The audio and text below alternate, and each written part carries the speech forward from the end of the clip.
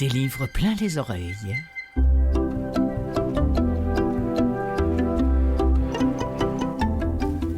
Bonjour tout le monde, bonjour à vous toutes et bonjour à vous tous. Bonjour amis lecteurs qui lisez peut-être avec les oreilles. Je me présente, je suis Clotilde Sey, j'anime, je réalise pour vous l'émission Des livres plein les oreilles et je suis appuyée en cela par l'ami Mathieu Tessier. Cette semaine, dans cette émission, dans ce balado, vous savez qu'en astrologie chinoise, c'est l'année du cheval de feu, depuis la mi-février plus exactement. Le cheval, animal qui a beaucoup alimenté l'histoire et ou l'imaginaire. On va entendre pour commencer quelques-unes de ces fictions ou de ces réalités, de ces documentaires sur le cheval et évidemment, ce sera en audio, sinon je ne vous en parlerai pas. Et puis, en seconde partie, je vais recevoir Faline Bobier du CAEB, qui est toujours à l'affût de ce qui sort pour nos amis, pour qui la lecture audio est une nécessité en même temps qu'un plaisir. Espérons-le. Donc, elle fait le tour avec nous de ce qui sort en audio accessible pour les personnes non-voyantes notamment. Et puis, en plus, elle nous arrive avec 3 nouveautés d'ici et d'ailleurs, dont le dernier Michel Tremblay, Paris en vrac, qui peut se vanter d'être donc enregistré pour les personnes à nécessité précise pour la lecture, mais qui n'existe pas encore en version commerciale. Et puis on va finir avec des nouveautés, histoire notamment de célébrer les 50 ans de la disparition d'Agatha Christie.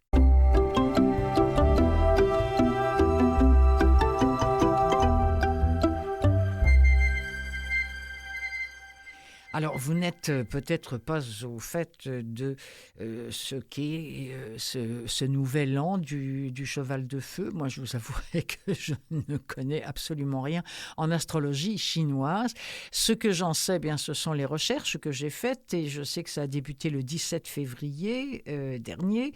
Ça va se terminer le 5 février 2027. Je ne sais pas ce qui va se passer entre le 5 et le 17, mais en tout cas, on nous le dira à ce moment-là. C'est donc une période rare, puisque ça n'arrive que tous les 60 ans de notre vivant. On ne connaîtra qu'une seule fois l'année du cheval de feu. Ce signe astrologique chinois qui est associé à un dynamisme intense, qui stimule le changement, l'action et le besoin de sortir de sa zone de confort. Signification. Le cheval de feu est réputé pour son caractère fougueux, imprévisible et passionné, apportant des changements rapides et parfois chaotique. Attention, attention. Contexte, c'est une année qui clôt un cycle de 9 ans et en ouvre un nouveau. Dernière occurrence, la précédente année du cheval de feu, c'était en 1966. Alors, parlant de cheval de feu, j'ai trouvé dans mes recherches un conte. Comme tout bon conte, c'est pas très long, donc c'est vraiment pensé pour les enfants. Sauf que c'est tellement magnifique. C'est un conte chinois. J'ai eu envie de vous en présenter presque la moitié, puisque ça va durer à peu près 3 minutes et que le conte en dure 6. Mais j'ai trouvé ça de toute beauté. Pour les enfants, oui, mais pour tout le monde. On doit cela à un magnifique illustrateur de livres qui s'appelle Lisa Bressner et qui nous plonge donc dans un conte d'un Chinois qui s'appelle Chen Jianhong, qui est l'histoire d'un enfant pauvre. L'enfant pauvre s'appelle Han Gan et il adore dessiner des chevaux.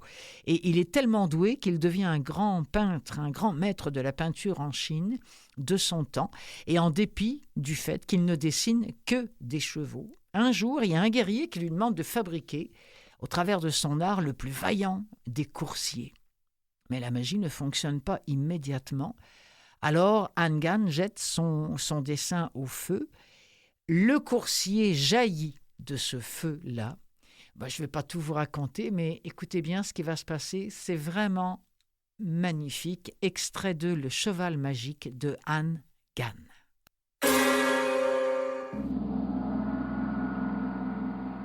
Il les peignait toujours attachés. « Pourquoi représentes-tu toujours tes chevaux attachés ?» lui demandèrent un jour ses camarades. Han Gan répondit « Parce que mes chevaux sont si vivants qu'ils pourraient sortir du papier. » Alors, on commença à raconter des choses de plus en plus étranges sur les chevaux de Hangan. Quelque temps plus tard, au plus profond d'une nuit silencieuse, alors que Hangan travaillait chez lui, un grand guerrier vint le voir. « Ma visite doit rester secrète, » dit le guerrier. « L'ennemi est à nos portes. Je dois partir me battre demain. J'ai entendu dire que tes chevaux étaient plus vrais que nature. On raconte même que ton pinceau magique peut les rendre vivants. Pourrais-tu faire apparaître pour moi le plus fougueux et le plus vaillant des coursiers ? » « Je peux essayer, » répondit Hangan. Hangan se mit à dessiner avec toute son âme, mais le cheval qu'il peignait ne prenait pas vie. « Continue, il le faut, » insista le guerrier. « Je suis désolé, dit Hangan, ce dessin ne vaut rien, autant le jeter au feu. » Mais à l'instant où il jeta le papier, un fabuleux coursier jaillit d'entre les flammes. Le guerrier sauta sur le cheval et disparut avec lui dans la nuit. « Prends soin de ta monture !» lui cria Hangan. Mais seule la lune l'entendit. Ce cheval-là n'avait besoin ni d'eau, ni de fourrage, ni de repos. Dans son galop, ses sabots touchaient à peine terre. Le guerrier, lui, ne s'était jamais senti aussi puissant. Il n'était pas seulement puissant, il était invincible. Au plus fort du combat, aucune flèche, aucune lance ne l'atteignait jamais. Ni lui, ni sa monture. Le guerrier commença à remporter de grandes victoires. Mais ces victoires ne lui suffisaient pas. Il voulait se battre encore et encore, jusqu'à ce qu'il n'ait plus un seul ennemi vivant. La tristesse gagna le cheval. Celui-ci regardait les têtes coupées, les jambes arrachées, les chevaux morts ou blessés. Soudain, il se mit à pleurer. Se débarrassant du guerrier au milieu du champ de bataille, le cheval, encore tout couvert de sang, s'élança au grand galop. Eh oui. Et le cheval déserte et va retrouver ses pâturages, autrement dire les dessins de Hangan, où il va finir tranquillement ses jours.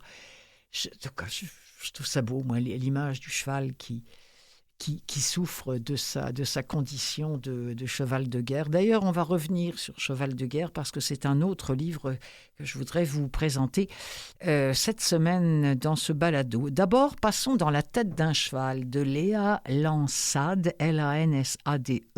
Ah oui, je voudrais vous dire que c'est lu, Le cheval magique de Hangan, c'est tellement bien lu par Jean-Gabriel Nordman, Nordman.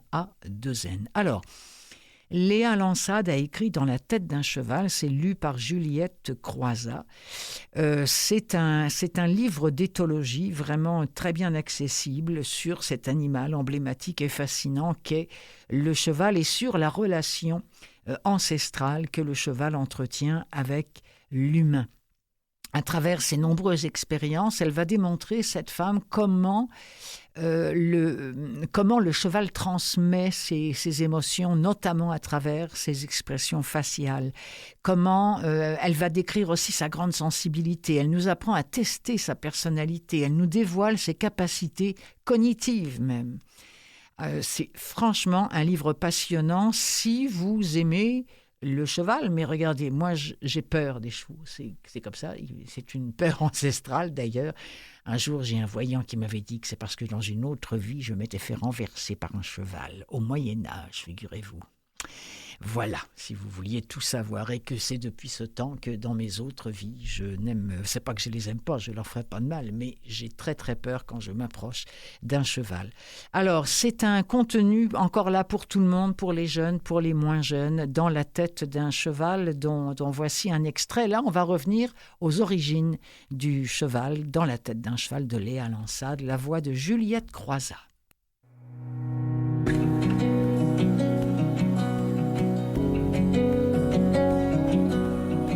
Les chevaux qui vivent en boxe, emmitouflés dans des couvertures, paraissent bien éloignés de l'image que l'on se fait des premiers chevaux sauvages, crinière au vent au milieu des steppes. Mais comment en sont-ils arrivés là? D'où nos chevaux viennent-ils et quelle a été leur histoire? Commençons notre voyage par un bond vertigineux dans le passé. Amérique. 55 millions d'années avant notre ère. La famille des équidés voit le jour.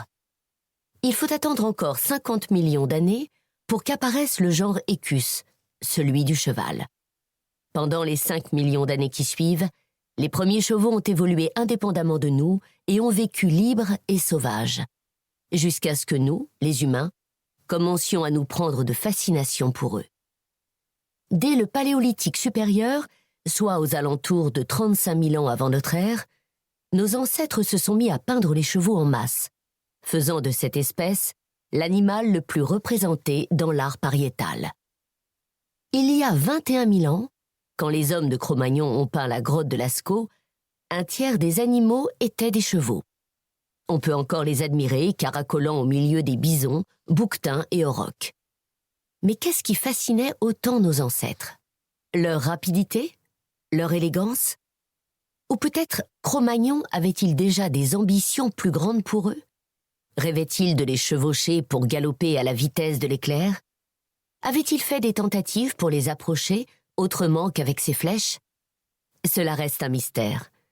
Mais ce qui apparaît, c'est qu'en dépit de la fascination que nos ancêtres lui portaient, le cheval est resté indompté pendant encore quelques millénaires. Car contrairement aux chiens, dont la domestication a commencé il y a 30 000 ans, ou même aux vaches, moutons, chèvres, chats et cochons, domestiqués entre 10 000 et 7 000 ans, le cheval n'a pu être domestiqué que très tardivement. La fausse piste des chevaux du Botail. Les premiers indices d'une tentative de domestication ont été datés à 5500 ans avant notre ère, dans des campements proches de l'actuel Kazakhstan, dans la région de Botaï. Des ossements appartenant à des centaines de chevaux ont été mis au jour. Parmi eux, des dentitions présentaient des traces d'usure caractéristiques, laissant penser qu'ils avaient porté des harnachements et notamment des morts faits d'os ou de crin. Ces animaux auraient été domestiqués pour une raison autre que leur viande, la monte. Domestication et apparition de l'équitation seraient donc étroitement liées. En plus de monter à cheval, ces populations buvaient le lait des juments. Cette pratique est encore courante dans certaines régions comme en Mongolie. Pendant longtemps, on a cru que nos chevaux modernes trouvaient leur origine dans le Botaï. Mais récemment, une équipe de recherche, menée par Ludovic Orlando, a changé la donne en analysant l'ADN retrouvé dans ces ossements. Coup de tonnerre, l'ADN des premiers chevaux n'a rien à voir avec celui de nos chevaux modernes. Ces derniers ne sont pas les descendants de chevaux primitifs de la région du Botaï. Cela remet en cause la datation et l'origine géographique de leur domestication. Pourtant, ces premiers chevaux domestiques ont bien existé. Alors, que sont devenus les chevaux du Botaï que nos ancêtres ont chevauchés et dont ils ont bu le lait? Ont-ils tous disparu?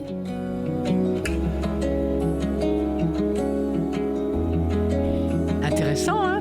Évidemment, si vous voulez connaître la réponse à cette question, je ne saurais que trop vous recommander de vous procurer Dans la tête d'un cheval, livre écrit, je vous le rappelle, par Léa Lansade. Et puis, j'ai voulu, à ce stade-ci de ce balado, rendre hommage aux chevaux morts au champ de bataille, oui, parce qu'il y en a eu beaucoup, et c'est absolument terrible et affreux. Ils n'avaient pas demandé. Remarquez, il y a aussi beaucoup d'hommes qui n'avaient rien demandé. Et là, je pense au livre de Pierre Lemaître, Au revoir là-haut, au tout début du livre. Pour ceux qui l'ont lu, vous allez vous souvenir. Pour les autres, sachez que le cadavre d'un cheval va sauver la vie d'un homme qu'on va retrouver après dans tous les livres de Pierre Lemaître. Alors, Cheval de guerre de Michael Morpurgo et André Dupuis. Ça a été lu par Arnaud Denis. C'est sorti en 2020.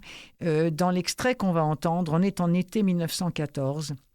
La guerre, évidemment, gronde. On est dans une ferme en Angleterre. Albert grandit en compagnie de son cheval qui s'appelle Joey. Et pendant ce temps-là, eh bien, d'immenses armées se préparent à s'affronter dans le cauchemar de la guerre. Alors là, le destin de Joey sera tout tracé, surtout que le père n'est pas très pour conserver ce cheval-là qui lui coûte trop cher, dit-il. Il va finir par le vendre aux soldats anglais et on va vivre avec le cheval devenu un cheval de guerre, une partie de la guerre de 1914, donc de 1914 à 1918. Un livre pas facile, dont voici le début pour faire connaissance de Joey et de son jeune propriétaire.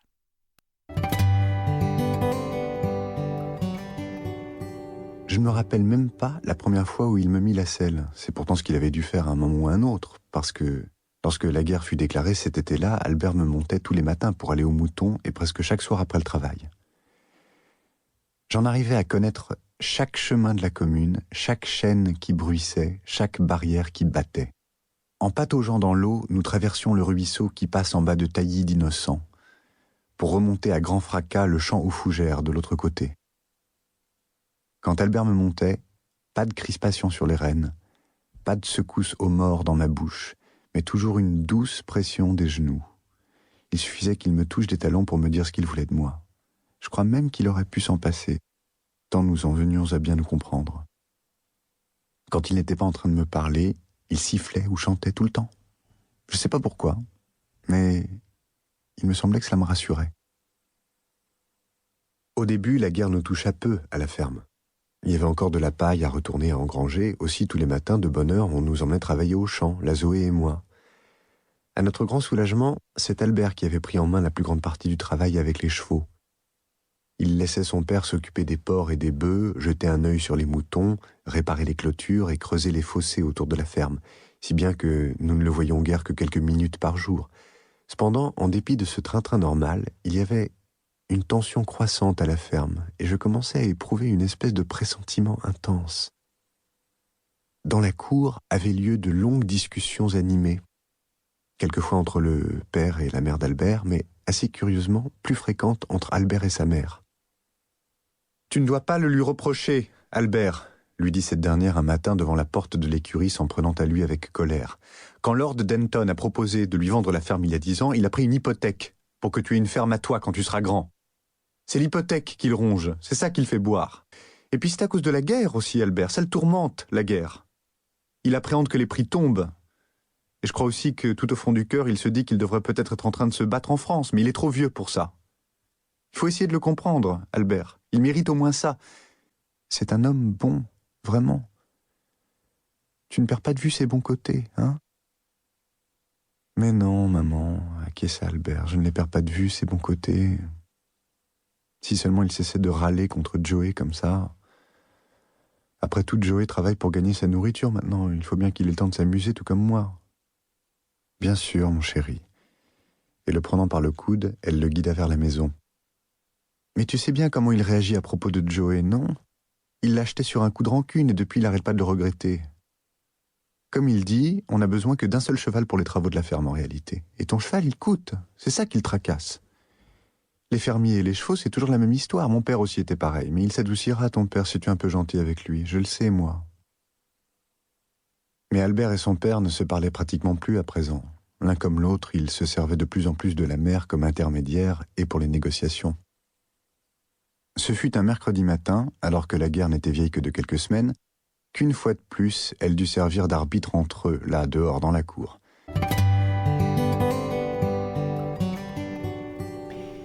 Et oui, donc il va finir par vendre Joey et Joey va partir à la guerre. Vous souvenez-vous du film L'homme qui murmurait à l'oreille des chevaux ? Peut-être comme moi n'avez-vous jamais lu le livre qui paraît-il est encore meilleur que le film réalisé et interprété par Robert Redford dans le rôle de Tom Booker qui est celui qui chuchote à l'oreille des chevaux. Et cette magnifique histoire qui est l'histoire d'une renaissance entre un cheval et une petite fille, tous les deux meurtris suite à une chute. Et c'est de cette chute-là dont il est question et qui nous est décrite dans l'extrait qu'on va entendre maintenant de L'homme qui murmurait à l'oreille des chevaux.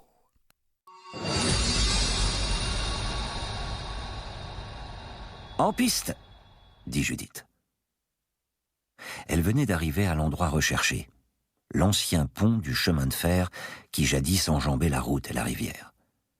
La ligne était fermée depuis des années, et si, au-dessus de la rivière, le pont était resté intact, le toit du tronçon enjambant la route avait été démantelé. La route traversait désormais ce tunnel à ciel ouvert avant de se dérober derrière un tournant. Un talus escarpé permettait d'atteindre la voie ferrée qui reliait les deux rives. Prenant la tête, Judith montra le chemin à Gulliver. Il fit quelques pas et pila. « Allons, mon grand, c'est facile !» Le cheval frappa doucement la neige, comme pour la tester. Judith l'encouragea des talons. « Allons, gros paresseux, monte !» Gulliver céda et entama l'ascension. Grace attendit sur la route. Elle avait vaguement l'impression que le bruit du chasse-neige s'était amplifié. Pilgrim remua les oreilles. Elle se pencha et flatta son encolure emperlée de sueur. « Comment ça va ?» demanda-t-elle à Judith. « Ça baigne. Fais gaffe quand même. » L'accident eut lieu alors que Gulliver était presque au sommet. Grace avait commencé à avancer, en suivant scrupuleusement ses traces, laissant Pilgrim prendre son temps. Elle était à mi-parcours lorsqu'elle entendit le sabot du Gulliver racler le verglas et le cri apeuré de Judith. Si elles étaient venues dans cet endroit plus tôt dans l'année, les deux fillettes auraient su que la pente était gorgée d'eau depuis l'été à cause d'un caniveau percé. La couverture neigeuse cachait une plaque de glace vive. Gulliver broncha, essaya de se rattraper sur ses postérieurs, projetant une pluie de neige et de copeaux de glace. Mais comme chaque appui se dérobait sous lui, il s'affala sur la croupe et se retrouva en travers de la pente, cette fois en plein sur la glace.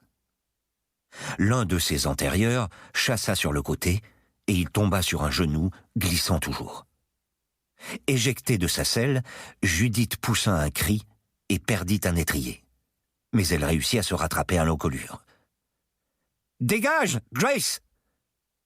Grace était clouée sur place. Le sang qui bourdonnait dans ses tempes la clouait sur place, l'éloignant de la scène qui se déroulait au-dessus d'elle. Mais au second cri, elle se ressaisit et tenta de faire demi-tour. Pilgrim encensa de la tête, paniqué, et lui résista. Il fit quelques petits pas de côté, la tête toujours tournée vers le sommet, et dérapa à son tour avec un hennissement affolé. Il était désormais juste sur le passage de Gulliver. Grace se cramponna au guide en hurlant « Pilgrim, pousse-toi !» Dans l'étrange silence qui précéda le choc, elle comprit que ce n'était pas seulement la pulsation de son sang qu'elle entendait. Le chasse-neige ne se trouvait pas sur la nationale. Le bruit était trop fort. Cette pensée vola en éclats à l'instant de la collision. L'arrière-train de Gulliver les percuta de plein fouet. Touché à l'épaule, Pilgrim pivota sur lui-même. Le choc souleva Grace de selle. Si elle ne s'était pas retenue à la croupe de Gulliver, elle serait tombée à son tour. Mais elle tint bon, une main crispée à la crinière soyeuse de Pilgrim qui déboulait la pente. Judith l'avait dépassée. Grace vit son amie projetée telle une poupée désarticulée en travers de la croupe de Gulliver. Une secousse la retourna et son pied se coinça brutalement dans l'étrier. Dans une mêlée furieuse et démente, chevaux et cavalières dévalèrent la pente. Et ça aura fait beaucoup de dommages. Une des petites filles sera paralysée, le cheval sera aussi très malade, mais l'homme qui murmurait aux oreilles des chevaux va tout faire pour que ça aille mieux. C'est une très jolie histoire d'amour et d'amitié entre l'homme et le cheval. On va finir avec Le Ranch. C'est une série qui comporte 34 épisodes sur papier et 6 en audio. L'héroïne est censée avoir 14 ans. Vous allez l'entendre. Ouf, elle en a beaucoup moins. J'ai trop hâte de le voir.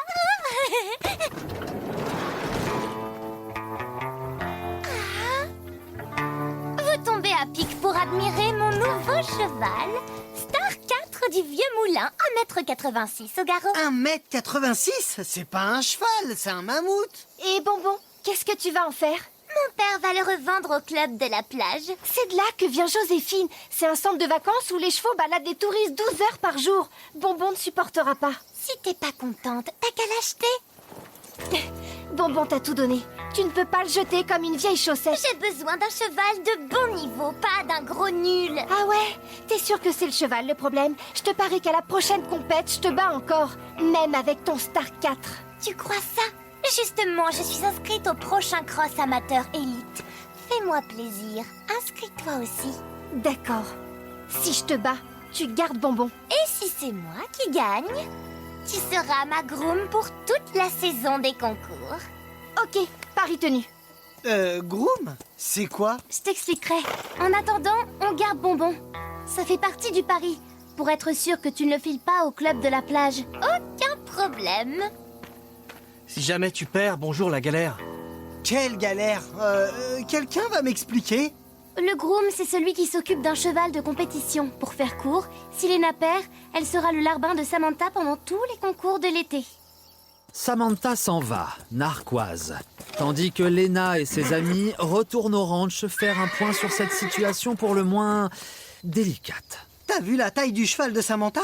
Mistral avait presque l'air d'un poney à côté. La taille ne fait pas tout. Bah quand même, et si tu perds ton pari, tu vas rater une saison entière. Tu ne pourras pas faire la groom de Samantha et concourir en même temps. Pensez un peu à Bonbon. Il vaut la peine qu'on prenne ce risque. Et si jamais Lena échoue, on l'aidera en prenant son tour de corvée. Pas vrai? Oula! Là, on est vraiment mal. Quoi? Regarde, c'est le palmarès du cheval de Samantha. C'est dingue! Son Star 4 fait carrément des circuits professionnels. Faut pas se laisser impressionner. Mistral aussi est plein de ressources. Il n'y a qu'une chose à faire quand on veut progresser. Pratiquer. Lena s'en va donc avec Mistral et leur coach Angelo. Vu comment Star 4 saute haut, on va aussi entraîner Mistral sur la hauteur. Les sabots de Mistral frôlent le premier obstacle. Reste concentré et n'oublie pas, au cross, les obstacles sont fixes. Il faut y arriver, Mistral. On peut le faire. Mais au deuxième obstacle, le saut est parfait. Alors, si vos enfants aiment le cheval, ne passez pas à côté de Le Ranch. 6 épisodes en audio, ça s'appelle « Il n'y a pas de mauvais cheval ». C'est Clotilde Sey à l'émission des livres plein les oreilles. Je vous retrouve dans quelques secondes.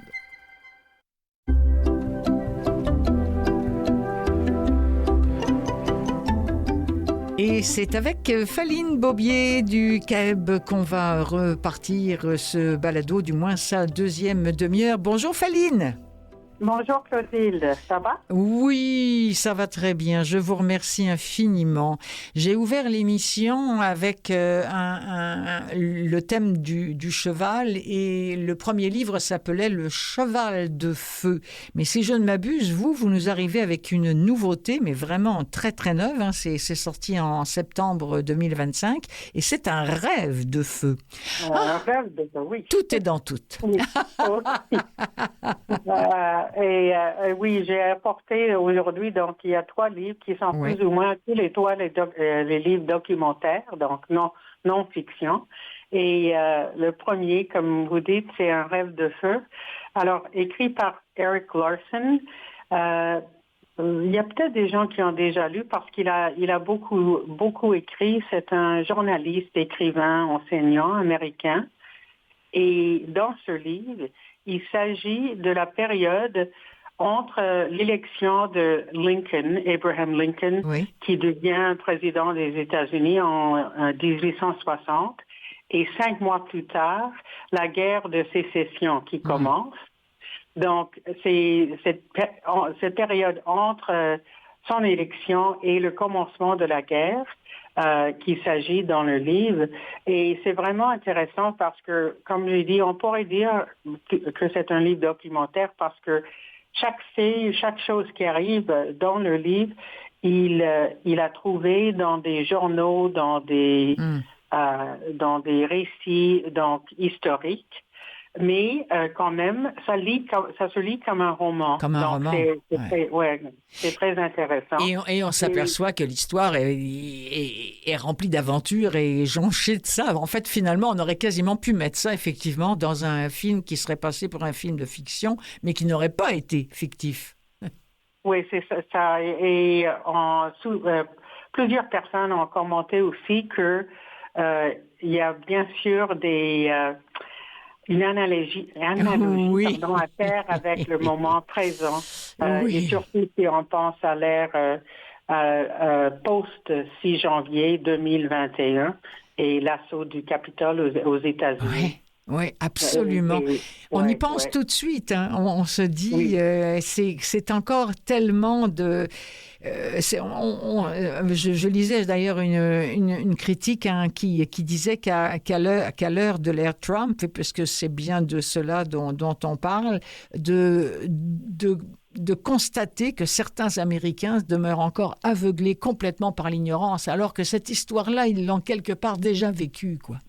Oui, c'est vrai, oui. Je pense que c'est une des raisons pour laquelle c'est très intéressant à lire en ce moment aussi. Ouais. Absolument. L'histoire bégaie, comme on dit souvent, hein, selon l'expression. Oui. Écoutons un extrait de Un rêve de feu. J'étais plongé dans mes recherches sur l'histoire du Fort Sumter et le début de la guerre de sécession quand les événements du 6 janvier 2021 ont eu lieu. En voyant se dérouler à l'écran l'attaque du Capitole, j'ai eu l'étrange impression que le présent et le passé fusionnaient.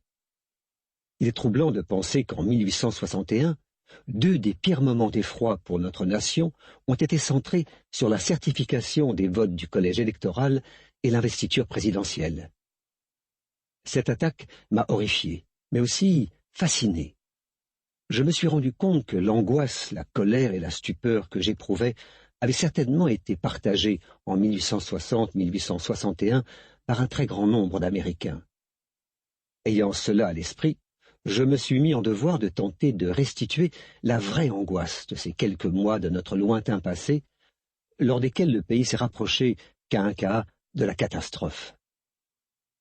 Propulsé par l'orgueil démesuré, la duplicité, l'honneur factice et le besoin insatiable qu'ont eu certains acteurs clés de l'époque d'attirer l'attention sur eux et de s'affirmer. Eh oui, c'est ça, l'histoire se répète, l'histoire bégaie. Alors, on ne saurait que trop recommander à nos auditeurs de vous procurer. C'est accessible pour les personnes à difficultés perceptuelles ou visuelles via le CAEB que représente, je vous le rappelle, Faline Bobier. Vous pouvez vous procurer gratuitement Un rêve de feu de Erik Larson, Larson. C'est lu parce que c'est la même version que la version commercial par Yves Aubert. Un autre essai, alors que je trouve absolument passionnant et que vous allez nous présenter. Ah oui, c'est La sagesse des nonnes. Et c'est un livre qui a été écrit par deux Espagnols, des chercheuses et amies, Ana Garriga et Carmen Urbita. Et donc, leur prémisse, c'est vraiment que les religieuses de l'époque baroque, c'est-à-dire du 16e au 18e siècle, sont passées par tous les problèmes que nous, on rencontre aujourd'hui. Donc, elles peuvent nous aider d'une certaine façon à survivre à notre époque. Donc, c'est un peu un guide de survie avec des conseils des nonnes qui ont vécu il y a quelques siècres. Ce qui est quand même incroyable, c'est vraiment épatant comme recherche. Et alors on parle de soucis professionnels, sociaux. Des problèmes d'argent, des problèmes d'amour, n'importe quoi. Même les diètes, même les régimes, je pense, les régimes. Et je pense que parce que les chercheuses ont dit, c'est que ce qu'elles trouvaient, c'est que le couvent, paradoxalement, c'était un espace un peu de liberté pour les femmes de l'époque, parce que c'est une époque où les femmes étaient exclues de la sphère publique. Donc la vie cloîtrée, dans un sens, ça permettait de devenir autrice, d'échanger des idées, de s'instruire, donc un peu de vivre différemment que ce qu'elles auraient dû faire à l'extérieur. Ouais. Elles ont vécu finalement peut-être cloîtrées comme elles l'étaient, pleinement, ou en tout cas entre guillemets, une vie de femme que même les femmes à l'extérieur elles-mêmes ne pouvaient pas vivre finalement. C'est ce que ça nous indique, ça, comme essai. Alors, La sagesse des nonnes, je vous propose qu'on en écoute un extrait tout de suite. Auteur Anna Garriga, Carmen Urbita, il y a aussi une Justine Coquel qui est là, qui je pense doit être la personne qui a traduit le bouquin. Et c'est lu par Maïté Perea Lopez, mais c'est en français, je vous rassure. Près d'1 heure a passé et vous êtes toujours au lit en train de scroller. Vous vous rendez compte que votre fil d'actu a été pris d'assaut par une obsession pour les nonnes qui dépasse de loin les remarques ironiques et insouciantes d'une génération sous le coup de fantasmes conventuels. Le scroll sans fin vous a recluse dans le royaume addictif de ce type de contenu. Des nonnes qui reproduisent les pochettes de Karol G et Nicki Minaj. Des nonnes qui sauvent les axolotls au Mexique. Des nonnes qui vous apprennent à faire des sushis. Des nonnes à la peau incroyablement radieuse. Des nonnes qui transmettent la sagesse de leurs sœurs des siècles précédents. Des nonnes au calme plus inspirant que jamais. Vous revenez au poste d'une religieuse en extase, lévitant, l'air béat, sous-titré « Quand tes amis et toi revendiquez la vie en couvent ». Face à la multitude de commentaires en dessous, « Ne me tente pas. Je me suis déjà inscrite. Lol. » Meuf, j'y pense sérieusement. Jamais été aussi proche. Vous êtes tenté d'écrire. Ce n'est même plus une blague. Les nonnes sont partout. Mais derrière chaque mème, nous incitant à emboîter leurs pas, et chaque plaisanterie sur la vie en couvent, se cache une fièvre religieuse qui transcende la simple satire. Un pied de nez à l'isolement et à l'aliénation de nos vies au XXIe siècle. Certes, vous n'avez jamais sérieusement envisagé de faire vœu de chasteté. Mais combien de fois avez-vous rêvé avec vos amis de trouver refuge dans la tranquillité et la chaleur d'une communauté durablement soudée pour échapper à tout ce chaos mondial ? Extrait de La sagesse des nonnes, un autre essai qui nous était présenté par notre amie Faline Bobier. Et puis là, je vous laisse le soin de nous présenter le dernier petit chanceux. Il n'existe pas en version commerciale, celui-ci. OK. Alors, c'est Paris en vrac, Souvenir, par Michel Tremblay, que tout le monde connaît, bien sûr. Célèbre dramaturge, écrivain québécois. Et il visite Paris maintenant depuis 5 décennies. Donc, ce qu'on retrouve dans ce livre, c'est vraiment des bribes de mémoire, de souvenirs. Et je pense qu'il a maintenant 83 ans, si je ne me trompe pas. Mais les souvenirs dans le livre, c'est surtout les années 70 et 80. La première fois qu'il est allé à Paris, c'était en 1971. Et il y avait une présentation des Belles-Sœurs. Oui. La première à Paris. Et il est très anxieux parce qu'il a l'impression qu'il n'y a personne qui va assister à la pièce. Ouais, non. Mais j'ai beaucoup aimé ce livre. Je pense que ça montre vraiment son amour pour la ville. Il dit, pour lui, Paris, c'est le bonheur. Et il dit aussi, c'est la seule ville autre que Montréal où je me sens chez moi. Et puis, il écrit tellement bien, quoi. Hein? Oui. Et alors, dans l'extrait qu'on va entendre, c'est au lendemain, je pense, de la première. Il rencontre 2 grandes comédiennes françaises, aujourd'hui évidemment disparues depuis très longtemps, Judith Magre et l'autre, je pense qu'il la cite, je m'excuse, le nom m'échappe. Et alors, écoutez bien ce qui se passe parce que c'est absolument délicieux. Paris en vrac, souvenir de Michel Tremblay. Après plus de 50 ans, c'est toujours pareil. Mon accent, lorsque je suis en France, est complètement factice et parfaitement ridicule. Peur qu'on ne me comprenne pas? Complexe d'infériorité? Allez donc savoir. Madame Magre s'était alors jetée dans le vif du sujet. Nous n'avons pas beaucoup d'auteurs en France qui savent écrire comme vous pour les femmes, et en discutant tout à l'heure, nous avons pensé, Madeleine et moi, que vous accepteriez peut-être d'écrire une pièce pour nous. Silence prolongé. J'étais stupéfait. Je n'arrivais pas à croire ce que je venais d'entendre. 2 des plus grandes actrices françaises voulaient me commander une pièce. Mais se doutait-elle à quel point c'était impossible et même impensable? Mon monde était à des années-lumière du leur. La langue dans laquelle elle s'exprimait était justement celle que je devais éviter pour rendre mes personnages crédibles. Moi, petit Québécois né sur le plateau Mont-Royal, situé aux antipodes des Champs-Élysées et du parler parisien. J'étais absolument incapable, j'en étais convaincu, de faire s'exprimer des personnages comme le font les Français. Tout sonnerait faux. Surtout, ça ne m'intéressait pas. Mais comment le leur dire? J'avais pris mon courage à deux mains, mais ce qui était d'abord sorti de ma bouche était d'une bien grande maladresse. Mais je ne vous connais pas. Cette fois, c'était elle qui était restée interdite. Ce n'était évidemment pas ce que j'avais voulu dire, et je n'avais surtout pas voulu les insulter. C'était leur monde que j'ignorais, leur société, leur quotidien que je ne connaissais que par le cinéma et qui était si différent du mien. Alors je m'étais jeté à l'eau, accent ridicule ou non, et, sans doute tout croche, en phrases incomplètes et en pénibles hésitations. J'avais essayé de décrire d'abord toute mon admiration pour leur immense talent, l'honneur qu'elle me faisait, le plaisir que j'aurais eu à écrire pour elle si j'en avais été capable, puis, surtout, l'impossibilité pour moi de décrire une société que je n'avais pas vécue de l'intérieur. C'est quand même fou, 2 des plus grandes comédiennes à l'époque à Paris qui lui disent « Vous devriez écrire pour les femmes françaises ». Puis là, elle dit « Mais excusez-moi, mais je connais pas bien la vie en France ». Ah, c'est vraiment délicieux que ce Paris en vrac que je n'arrête pas d'offrir, moi, à droite et à gauche en ce moment, parce que c'est vraiment un très, très beau cadeau à faire. Alors, merci beaucoup pour ces 3 propositions d'essai. Ça change un peu et c'était, ma foi, très agréable, Faline. Faline Bobier de Caeb, je rappelle. À la prochaine fois. Merci, Clotilde. Mais je vous en prie, Faline, à la prochaine.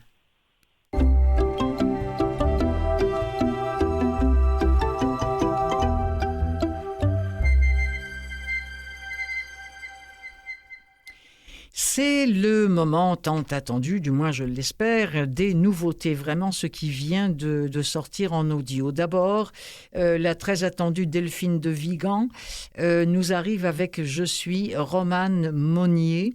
C'est un multivoix, c'est édité par Gallimard Audio. Le résumé, regardez, cette phrase qui est extraite du livre. Les gens ne comprennent pas, ils pensent que j'exagère, mais en fait, je cherche quelque chose qui a disparu, quelque chose de pur, de limpide, qui n'existe plus. Qui est Romane Monnier? Parce que, alors, il s'agit en fait d'une jeune femme qui a à peine la trentaine et qui échange un soir dans un café, intentionnellement, son portable avec celui d'un inconnu, qu'on va d'ailleurs entendre dans l'extrait que je vais vous diffuser. À l'insu de ce dernier, quand elle va s'apercevoir de ce qui s'est passé, elle va lui livrer ses codes d'accès. Autrement dit, sans qu'il la connaisse, elle va lui donner la possibilité de découvrir ce qu'est sa vie. Ses rencontres, ses rendez-vous, ce qu'elle aime, ce qu'elle n'aime pas, ce qu'elle déteste, en tout cas. Bon, c'est du Delphine de Vigan. Alors, je vous propose, on va faire connaissance avec ce quinquagénaire qui, c'est au petit matin, il a un petit peu trop bu, il a la bouche pâteuse et comme nous le faisons un peu tous, malheureusement, peut-être. Il a à peine ouvert les yeux qu'il cherche son cellulaire. Extrait de « Je suis » Romane Monnier de Delphine de Vigan. Les voix, à mon avis, celle-ci, c'est celle de Grégory Baquet. À en juger par le filet de lumière qui filtre sous la porte, il peut être 9h comme midi. Le réveil indique 9h31. Il se lève, note au passage qu'il a dormi avec sa chemise, puis part à la recherche de son smartphone.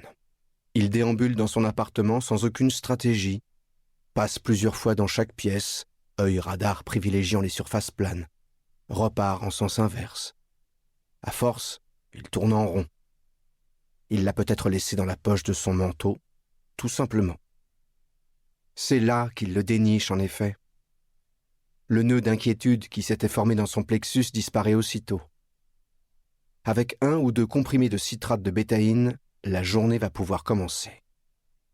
Dans l'ordre, désactiver le mode avion, allumer la cafetière, sortir du placard les madeleines industrielles qu'il avale au petit déjeuner, habitude reprise depuis que Léo n'est plus là pour s'indigner ou le sermonner.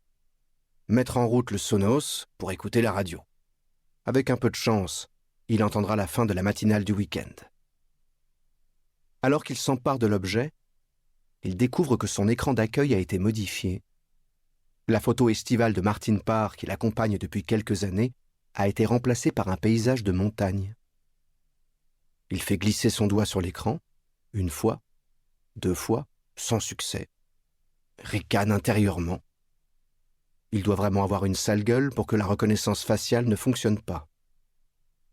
Il positionne l'objet à hauteur des yeux, balaie de nouveau l'écran, sans résultat.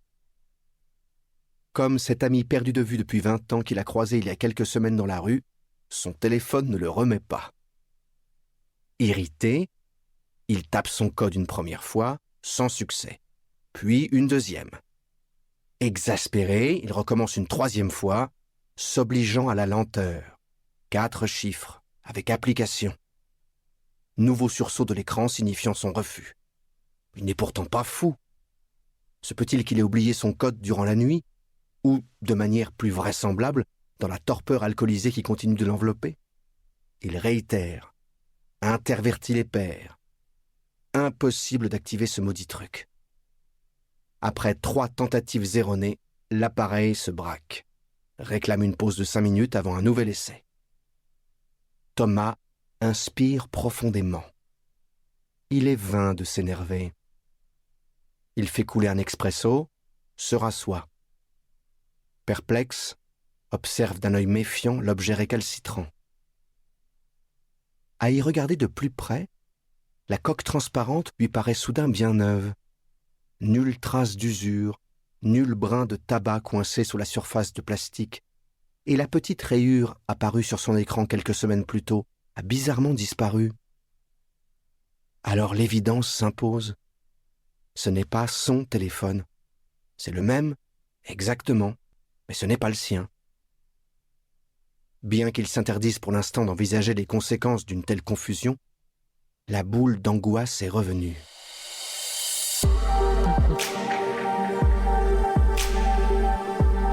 Alors vous aurez compris que c'est vraiment le tout début du livre lorsqu'il s'aperçoit de cette méprise qu'il a échangé son téléphone avec celui d'un ou d'une inconnue, parce qu'à ce moment-là, il n'en sait pas beaucoup plus.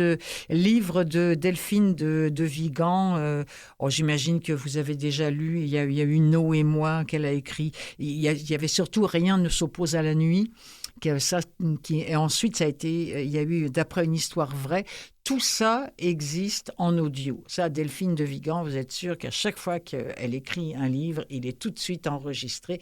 Il y a de ces petits chouchous-là dans les livres audio. Je n'y suis pour rien. Ne me lancez pas la pierre, mais c'est comme ça. Il y a des gens, malheureusement, dont on ne trouve pas les livres, en français notamment. Je pense à Paul Auster, mais il y a des gens comme Delphine de Vigan dont on trouve absolument tous les bouquins.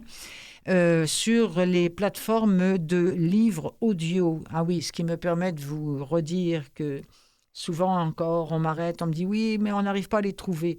Si vous faites livre audio et le titre du livre à côté, s'il existe en audio, il sortira. C'est facile. Je ne sais pas sur quelle plateforme, il y en a plein, mais il sortira. Le titre, livre audio, et c'est tout. Voilà, pour Delphine de Vigan, je suis Romane Monnier, son petit dernier.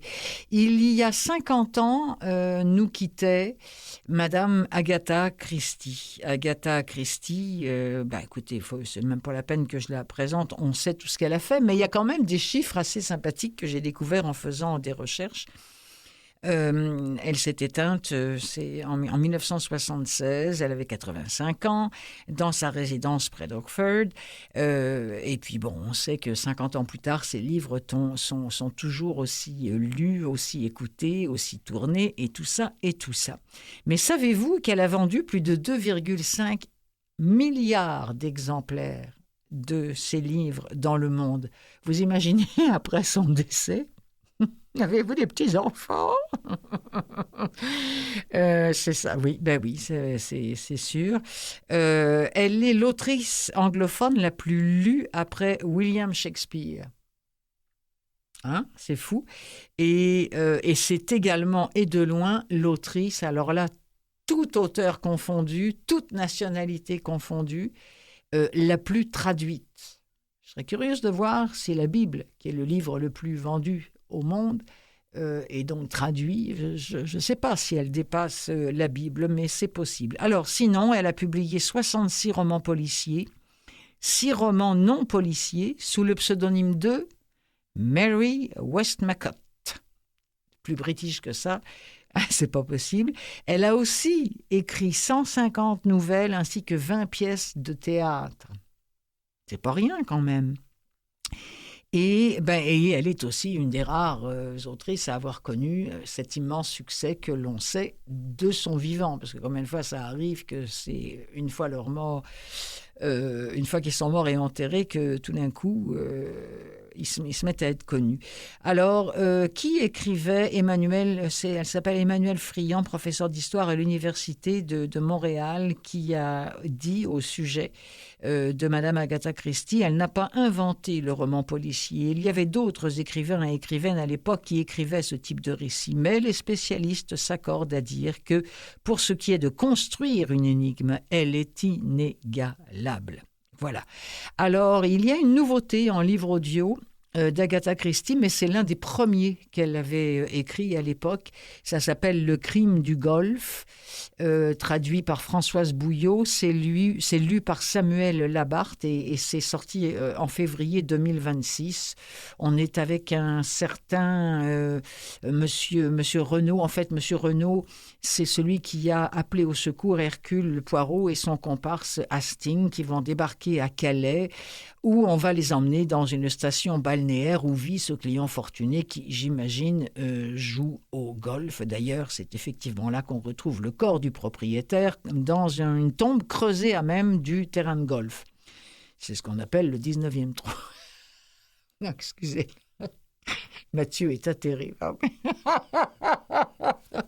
Enfin bon, c'est un des tout premiers Hercule Poirot dans la manière la plus classique d'Agatha Christie. Dans l'extrait qu'on va entendre, nous sommes sur un bateau, direction Calais certainement.